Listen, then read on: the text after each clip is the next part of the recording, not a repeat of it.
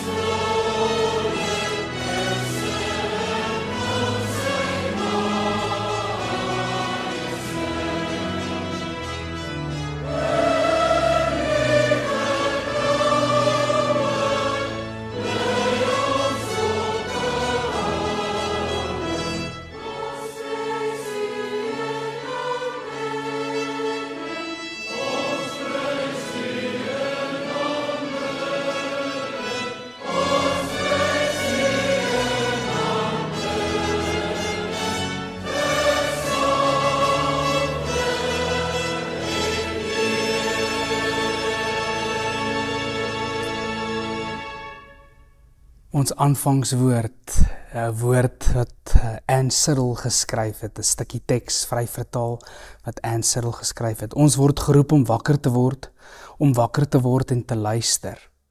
om wakker te word en te sien, wat wil die Here vir ons wys? 'n Nuwe lewe, 'n nuwe wêreld, 'n ander manier van leef, vryheid van die mag om altyd meer te wil hê. Word wakker, hoor die uitnodiging, wat al eeue lank weer klink, omhels die weg van Christus en ontdek ware vryheid. Kom ons word so stil voor die Here terwyl ons onsself gereed maak om ook uit sy woord te lees. Here, maak ons harte stil en ons ore oop, sodat ons u stem kan hoor in die woorde wat uit u skrif, uit u woord weer klink. Laat u woord vandag in ons 'n nuwe hoop kom wek, dat dit ons wakker maak en dat ons leer om met 'n verwagting te leef, want u is aan die kom na hierdie wêreld. Amen. Vriende, ons is in die eerste week van Advent en ons bedink hierdie gedagte. Ons leef as mense wat 2000 jaar na hierdie gebeurtenis het ons nog steeds met hierdie verwagting. Hierdie storie is nog steeds deel en dit is iets wat ons as gelowiges, dit is vir die eerste eeuse Christene iets wat hulle met dringendheid geleef het, om uiteindelik, as ons ook in ons teksgedeelte lees, sien ons het vir 2000 jaar later het Christus koms nie aangebreek nie, is ons wagtend op hierdie koms van Christus. Ons kan in hierdie adventtyd, wat beteken koms of aankoms, met 'n verwagting hinker ook na Christus se tweede koms. Christus wat ook weer aan die kom is na hierdie wêreld. En dat ons gereed is, dat ons waaksaam is, dat ons wakker is, om ook so gereed te leef. Ons teksgedeelte is Romeine 13 en ons lees vanaf vers 8 tot 14. Julle moet niemand iets verskuldig wees nie, behalwe om mekaar lief te hê. Wie sy medemens liefhet, voer die hele wet van God uit. Al die gebooie, jy mag nie egbreek pleeg nie, jy mag nie moord pleeg, jy mag nie steel nie, jy mag nie begeer nie, of watter ander gebod daar ook al is, word immers in hierdie een gebod saamgevat. Jy moet jou naaste lief hê soos jouself. Die liefde doen die naaste geen kwaad aan nie, en daarom is die liefde die volle uitvoering van die wet. En dit alles is nodig, omdat jy weet hoe laat dit al is. Die uur is reeds daar, dat jy uit die slaap moet wakker word. Want die tyd van ons finale verlossing is nou nader as toe ons tot die geloof gekom het. Die nag is byna verby, dit is amper dag. Laat ons dan ophou met die werke van die duisternis. Laat ons die wapens van die lig opneem. Ons moet welvoeglik lewe soos dit in die daglig hoort. Daar moet geen drinkery en uitspattigheid, geen ontug en onsedelikheid, geen rusie en jaloesie wees nie. Nee, julle moet lewe soos volgelinge van die Here Jesus Christus en nie voortdurend daarop uit wees om julle sondige begeertes te bevredig nie. Die uur is reeds daar dat julle uit die slaap moet wakker word, want die tyd van ons finale verlossing is nou nader as toe ons tot die geloof gekom het.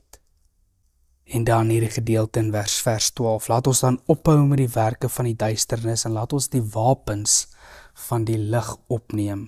Ons moet welvoeglik lewe, soos dit in die daglig hoort, om wapens van die lig op te neem.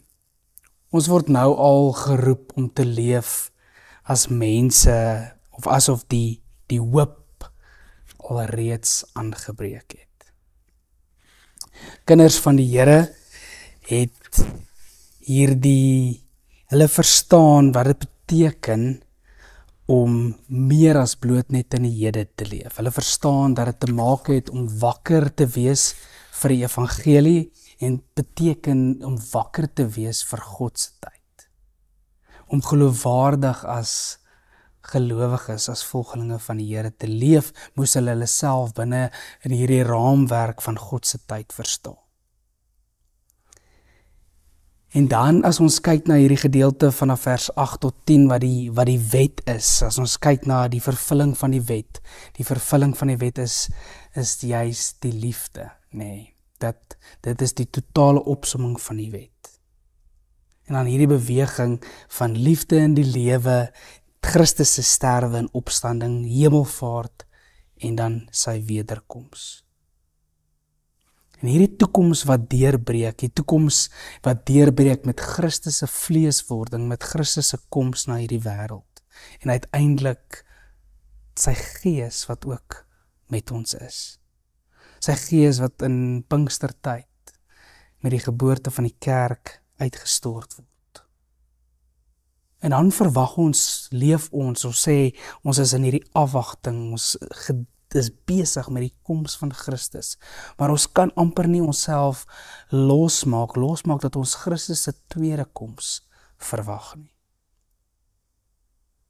En dan lewe ons nie net vir vandag nie. Ons lewe nie net vir onsself nie, maar ons verstaan ons lewe binne die raamwerk van die stryd tussen die bose en wat God in Christus binne in tyd en ruimte kom doen het om alles te kom verander.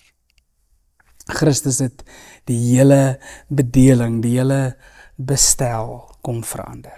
En dan is die vraag, hoe leef ons in hierdie wêreld in stryd met die bose? En dan is die antwoord daarop, ons leef soos Christus.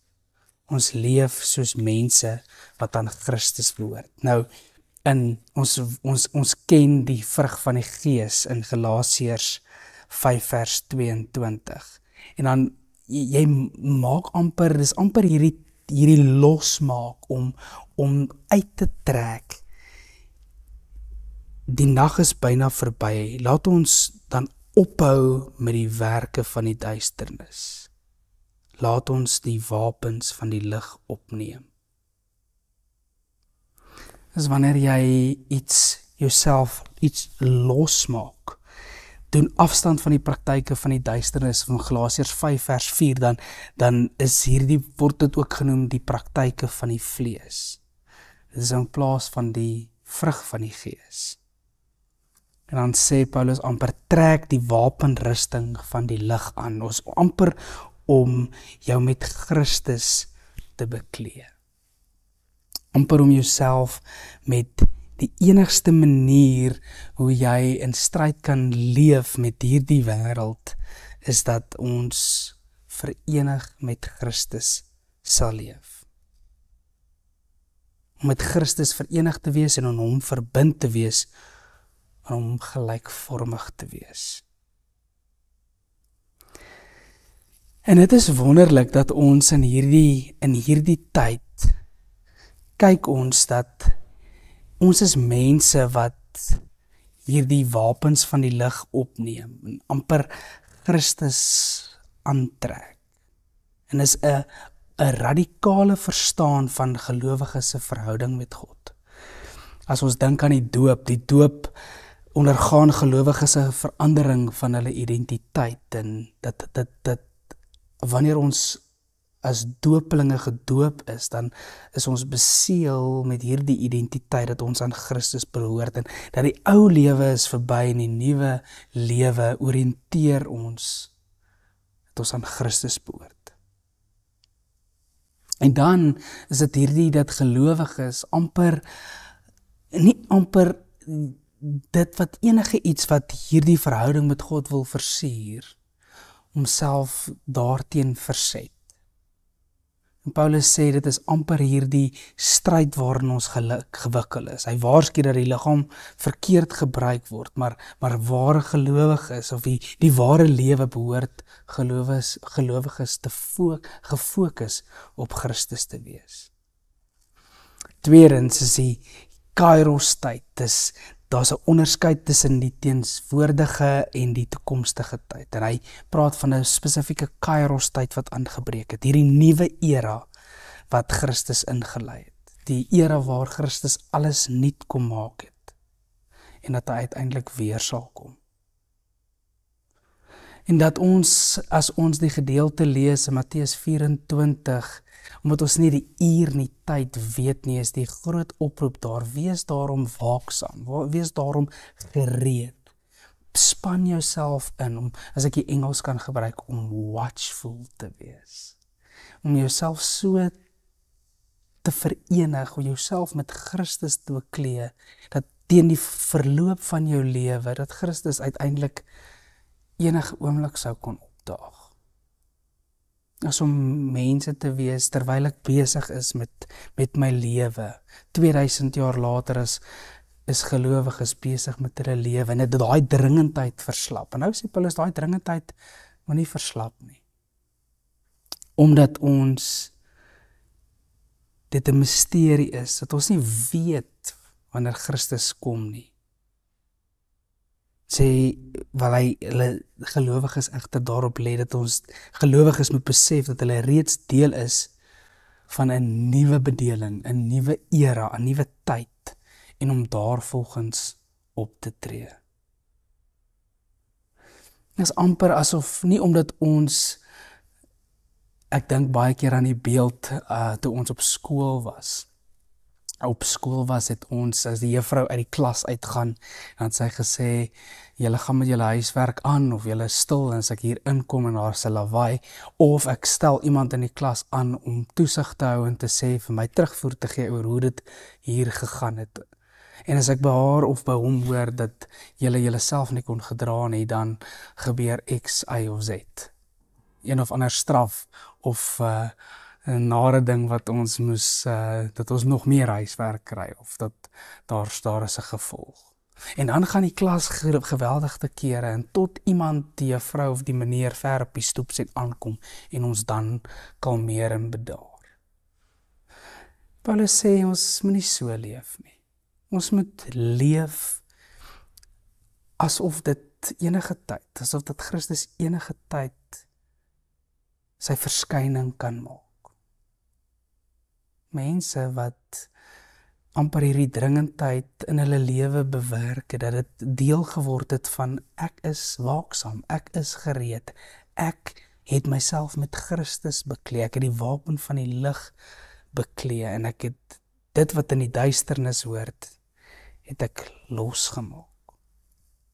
Dit is nie 100% duidelik oor wat Paulus bedoel het met die nag nie, maar dit kan heel waarskynlik vir 'n simbool genoem word, 'n simbool wees vir dit wat sleg is.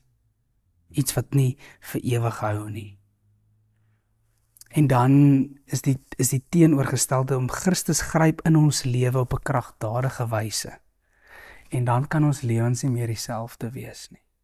Paulus roep gelowiges op om hulle met Christus te beklee, om Christus aan te trek. En dan weet ons dat dit ook so is dat ons verbeel ons baie keer dat gelowiges of die eerste gelowiges het hierdie perfekte lewe gehad, of ons kyk partykeer na mense en gelowiges en het hierdie romantiese beeld van 'n perfekte lewe. Mense wat weet wat dit beteken om Christus te volg. En alhoewel dat Paulus ons herinner dat die evangelie transformeer alles wat donker is ons in hierdie stryd gewikkeld dat ons baie maklik terugverval in ons ou patrone. En daarom beskryf hy dit hoekom ons in 'n stryd gewikkel is. Ons is in 'n oorlog gewikkel en dat die lewe vir ons uitdagings stel. Maar dat die groot uitnodiging is hierdie om Christus aan te trek, om in die spore van geregtigheid te loop, om dit wat reg is, na te volg. Dis nie romanties nie, dis nie maklik nie, maar dit vra van ons om treukie vir treukie in die rigting van die lig te loop.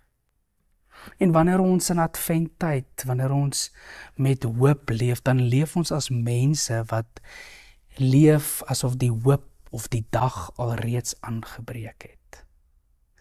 En ons kyk na ons lewens 2025 het 'n klomp impak en merke en letsels op ons lewens gelos.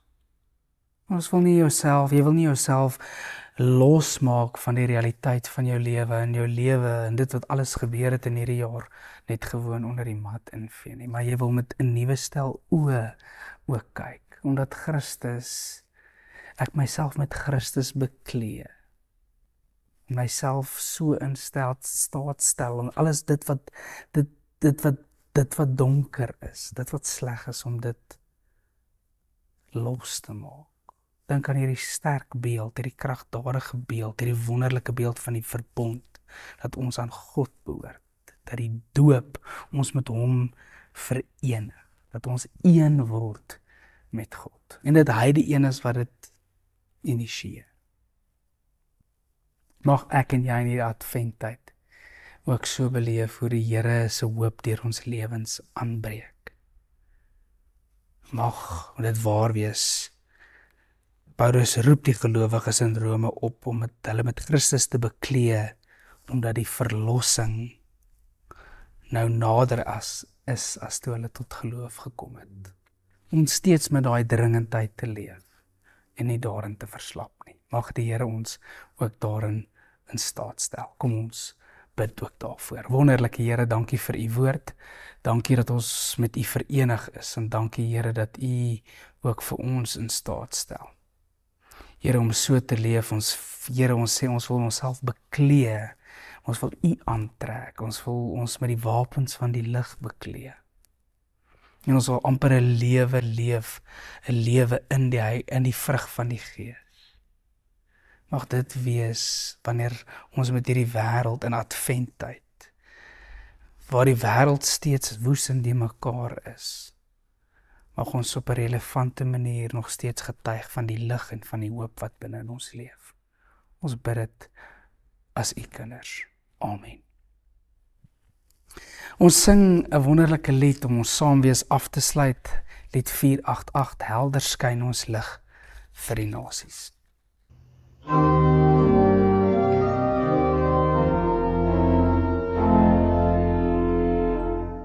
Helder skyn u lig vir die nasies, 'n vreugde glans om die mense te verlig, tot die hele wêreld kan sien wie is die lig, mag die lig hier deur ons skyn. Vrolik klink ons lied vir die volke, 'n pryslied bring al die nasies om ons aan, tot die hele wêreld kan ken oor die naam, mag die lof weer deur ons klink. Balsem bring herstel vir die wonde, 'n sagte salf vir die mense met hul seer, tot die hele wêreld kan sien dat u genees, mag u troos hier deur ons bied. Heer, uw woord gee hoop aan die nasies, 'n hart vol hoop om die volke te verbly, tot die hele wêreld kan glo dat u bevry, mag u hoop hier deur ons gee.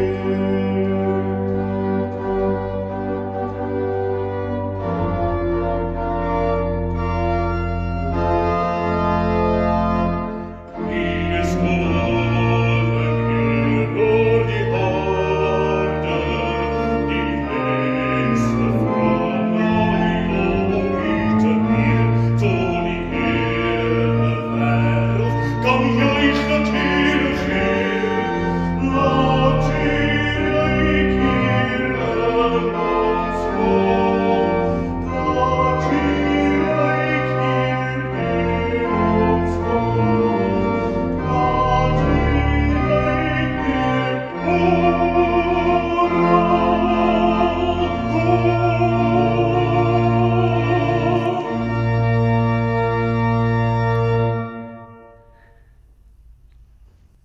Kom ons ontvang ook so die seën van die Here. Mag die liefde van God en die verlossingskrag van sy seun en die teenwoordigheid van sy Gees met jou wees in bly in hierdie tyd en in ewigheid. Amen.